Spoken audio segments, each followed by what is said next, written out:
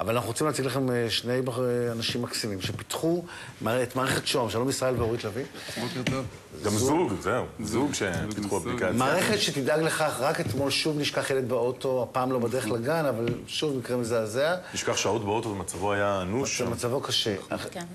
המערכת שלכם אמורה, לפחות בקטע של הגן בבית ספר, או הגן יותר, נכון?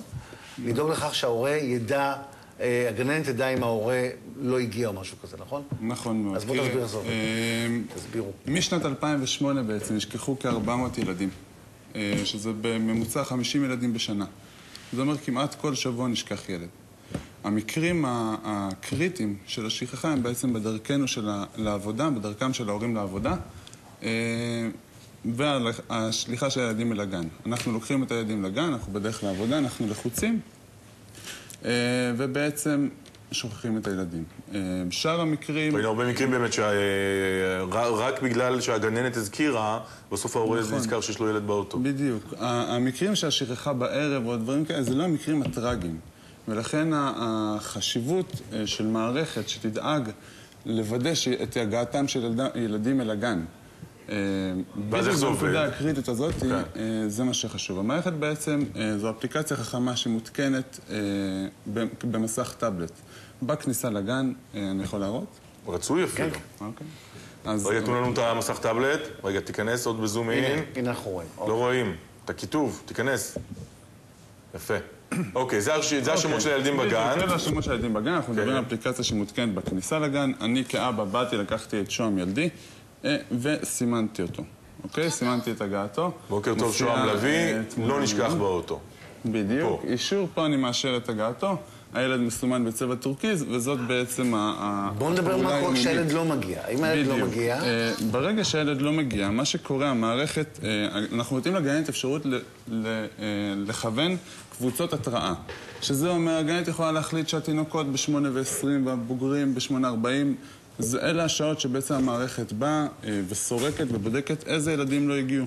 ואז מה? אוקיי, בדיוק. כשמגיעה שעת ההתראה, המערכת עוברת, בודקת, והילדים שלא הגיעו, שני ההורים מקבלים הודעת SMS, אוקיי? אנחנו נוכל לראות אותה עכשיו. אוקיי, אנחנו מקבלים הודעת SMS. אוקיי, שמה? שכחת את הילד באוטו? אני מניח שלא יראו את זה. רגע, תיכנס עם המצלמה עד הסוף, זום אין. אוקיי. ילדיכם טרם הגיע לגן. במידה ואתם מודעים לכך, חשיבו, כן. בדיוק. אנחנו שולחים את ההודעה לשני ההורים, נותנים להם את ההזדמנות להגיב. וזה עושה את זה אוטומטית, נכון? כן, בוודאי, אוטומטית. הגננת לא צריכה לעבוד, כי תראה, אנחנו ערכנו כאן גננות שנורא התנגדו לכל הדבר הזה. כי הם לא רוצות שהאחריות הזאת תיפול עליהם. לא למערכת יש לנו מספיק בלגן על הראש. הגננת לא מתעסקת בכלל עם המערכת. זה רק עכשיו התעסקות של ההורים בבוקר, כל פעם שההורה מגיע, הוא לוחץ. אז האחריות נשארת על ההורים. האחריות לא עוברת לגננת. היה לנו חשוב מאוד, ואני גם בן של גננת. אני מכיר את כל הסיפור. היה לנו מאוד מאוד חשוב להסיר את האחריות מהגננות.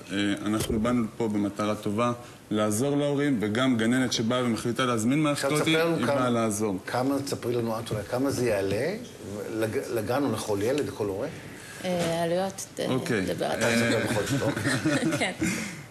העלויות, אנחנו מדברים על התקנה חד פעמית של 550 שקלים, אוקיי? שזה כולל את הטאבלט, את המתקן, את ההתקנה, את ההדרכה. אוקיי? ומפה ואילך אנחנו מדברים על עלות של 150 שקלים בחודש לכלל ההורים, אוקיי? היה לנו מאוד מאוד חשוב שזאת תהיה מערכת שנוחה לכל כיס. אנחנו בעצם דוקרים את הבעיה בדיוק בנקודה הקריטית שלה, של דרכם של הילדים אל הגן, ומצד שני אנחנו נוחים לכל כיס. העלות של 150 שקלים תתחלק ב-25, ב-30 ילדים, גם ב-20 ילדים, אנחנו מדברים כמה שקלים בחודש? שקלים בודדים בחודש. ביבנה זה כבר מתחיל לקרות, נכון? נכון. מה, יבנה זה עיר מתקדמת כבר? תגידו, כי יבנה יש גם פחי השפעה. מאוד מתקדמת. לא, באמת. שכונה חדשה, גדולה, צעירה, ירוקה, כן? אנחנו משם. הרבה פיתוחים. נכון. שיהיה בהצלחה. שוהם זה נקרא, נכון? נכון, מערכת שוהם. שיהיה בהצלחה.